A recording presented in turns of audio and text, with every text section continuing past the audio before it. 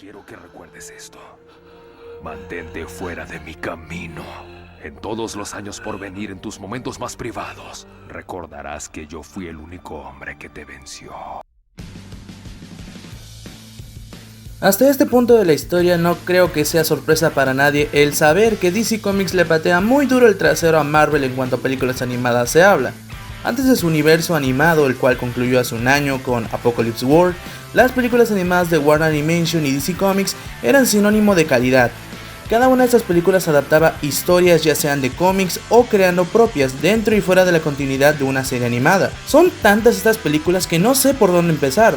Bueno, sí lo sé, por eso existe este video. Hola, bienvenido y bienvenide a la inauguración de esta nueva serie de videos en donde iré reseñando varias de las películas animadas de DC Comics. Por el momento me enfocaré en Batman, ya que es el que más películas tiene y además de que son mis favoritas. Pero bueno, bastante contexto. El día de hoy quiero hablarles acerca de la película que inició toda esta tendencia de cintas animadas de superhéroes. Obviamente me refiero a La Máscara del Fantasma.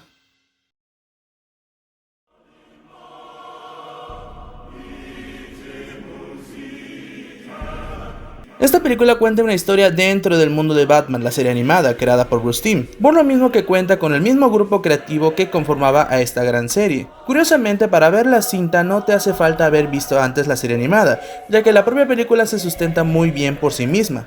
Además de esto, fue la primera cinta animada de superhéroes en tocar los cines, por allá en 1993, casi a la par de Batman Forever. Pero la mala comercialización de esta hizo que solo los que conocieran la serie fueran a verla, por lo que no le fue muy bien en taquilla. Pero con el paso del tiempo se ha ganado su lugar como una película de culto, y está dentro de las mejores adaptaciones que ha tenido el personaje de Batman. Pero demasiado contexto, ¿de qué va la película? La Máscara del Fantasma trata la llegada de un nuevo encapuchado con máscara de calavera, quien al principio parece estar asesinando a mafiosos aleatorios. En medio del primer ataque de este fantasma se encuentra Batman, quien para su mala suerte, al ir a investigar sobre lo sucedido, es visto por unas personas, quienes rápidamente lo relacionan con la muerte antes ocurrida, por lo que ahora este es buscado por la policía. Pero para terminarla de joder, un viejo romance del millonario Bruce Wayne vuelve a Ciudad Gótica, porque necesitamos más drama para esta película. Así que esto es una carrera contra el tiempo, entre Batman, el fantasma y su venganza, la policía y el Guasón, quien fue contratado por uno de los gángsters involucrados, todo con la finalidad de que este pueda terminar con la amenaza fantasma. ¿Vieron lo que hice ahí? La película, al tener una duración de 1 hora con 18 minutos, logra contar y desarrollar bien cada punto de la trama que rodea el misterio de la identidad del fantasma, además de contarnos su versión del origen de Batman, lo cual hace a esta cinta la primera en contar la transición de Bruce Wayne al Hombre Murciélago, mucho antes de que Christopher Nolan lo hiciera con Batman Inicia. Pero esto lo explora a través de una pregunta: ¿qué pasaría si Bruce Wayne encontrara la felicidad? Después de la muerte de sus padres, Bruce entregó completamente a la idea de ser Batman, pero la llegada de Andrea Vermont a su vida cambió las cosas. El romance entre estos dos es sumamente legítimo durante toda la película. Andrea resultó ser una luz de esperanza dentro de la vida del joven Bruce, porque ella era lo que necesitaba. Ambos perdieron a un ser querido, pero el cómo ellos lidian con la muerte de una forma totalmente diferente es lo que los hace tan compatibles.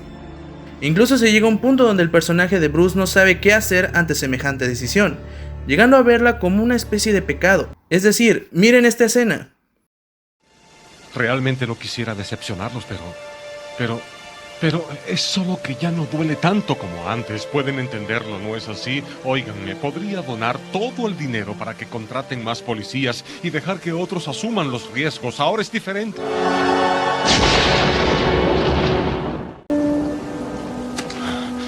Sé que hice un juramento, pero no sabía lo que pasaría. No había pensado en mi felicidad. Esta escena, junto con otras que se encuentran dentro de la película, logran marcar una simple pero profunda deconstrucción por parte del personaje de Bruno Díaz. Es interesante ver cómo lo que al principio parecía una decisión autoimpuesta por el joven millonario, después lo veríamos más como una maldición que él aceptó de una u otra forma.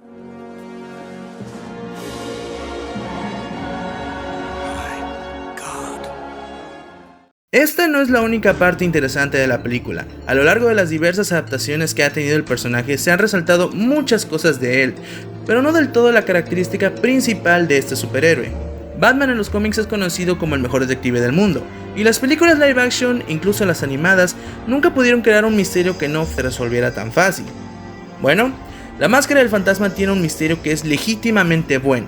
Hay sospechosos, pistas, interrogatorios, vueltas de tuerca, lo tiene todo. Y sí, puede que después de verla una que otra vez ya no sea tan sorprendente el descubrir la verdadera identidad del fantasma, pero sigue siendo bastante bueno. Al igual que los personajes que están involucrados, cada uno tiene algo que aportar al misterio, por más pequeño que esto pueda parecer. Por lo que no hay mucho que criticarle a este apartado, ya que es bastante bueno. Incluso otras películas del propio universo de Bruce Timm intentaron copiar esta fórmula, como El regreso del Guasón y El misterio de Batimujer, pero ninguno llegó a igualarse a esta. Otros apartados de la película, como la animación, están bien, ya que la animación que tiene la serie, pero con un presupuesto mucho más alto, porque al final de cuentas esta era una película para cine. El soundtrack, compuesto por la fallecida pero talentosísima Shirley Walker, está dentro de la película, pero más épico que nunca, gracias a esos coros angelicales que resaltan la altura de esta película.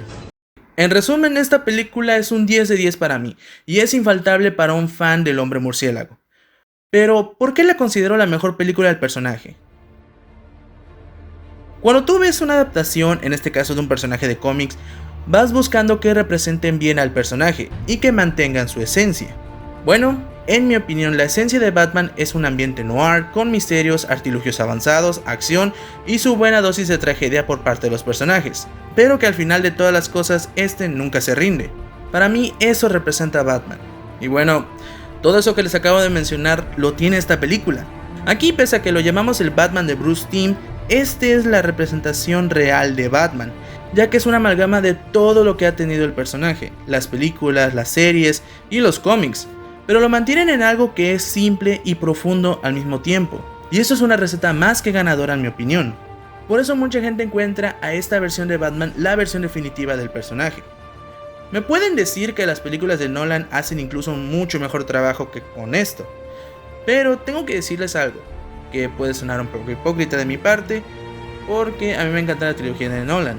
En mi opinión, fuera de Batman Inicia, las películas son sumamente pretenciosas y hasta cierto punto rebuscadas. Tienen muchísimas cosas buenas, demasiadas, pero luego se les va la mano con lo filosófico y llega un punto donde son completamente ridículas, pese a que, bueno, están basadas en personajes de cómics. Es por eso que yo prefiero más las películas animadas de DC que las live action, ya que he visto que ahí es donde representan mejor la esencia de los personajes, y que además se pueden agregar todo lo inverosímil que involucre dicho lore de cada personaje o del universo que estén tratando. En conclusión, La Máscara del Fantasma fue el inicio de una larga lista de películas animadas que hoy en día siguen más que vigentes. Pero esta fue la primera que demostró lo que se podía hacer con estos personajes, aun cuando estuvieran orientadas a un público infantil. La película, como lo dije, lo tiene todo: buena escritura, buena animación, buen soundtrack y un buen cast de voz, ya que son las de la serie animada, así que eso estaba más que asegurado.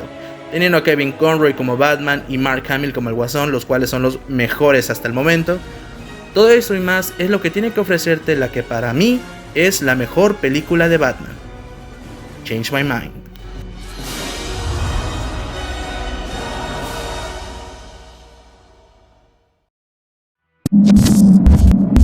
Gracias por ver esta video reseña, espero que te haya gustado y que te hayas divertido. Si fue así, dale like al video y compártelo con tus amigos. No olvides suscribirte para más videos como este y de otro tipo, como gameplays, dibujos, tops o reseñas de videojuegos u otras películas y series de mi agrado. Sígueme también en mis redes sociales, en donde comparto mis dibujos, hablo de las cosas que me gustan y es donde anuncio cuando hago un stream, que por cierto, sígueme en mi canal de Twitch, en donde de vez en cuando ando por ahí, ya sea dibujando o jugando videojuegos, pero en definitiva pasándome un buen rato.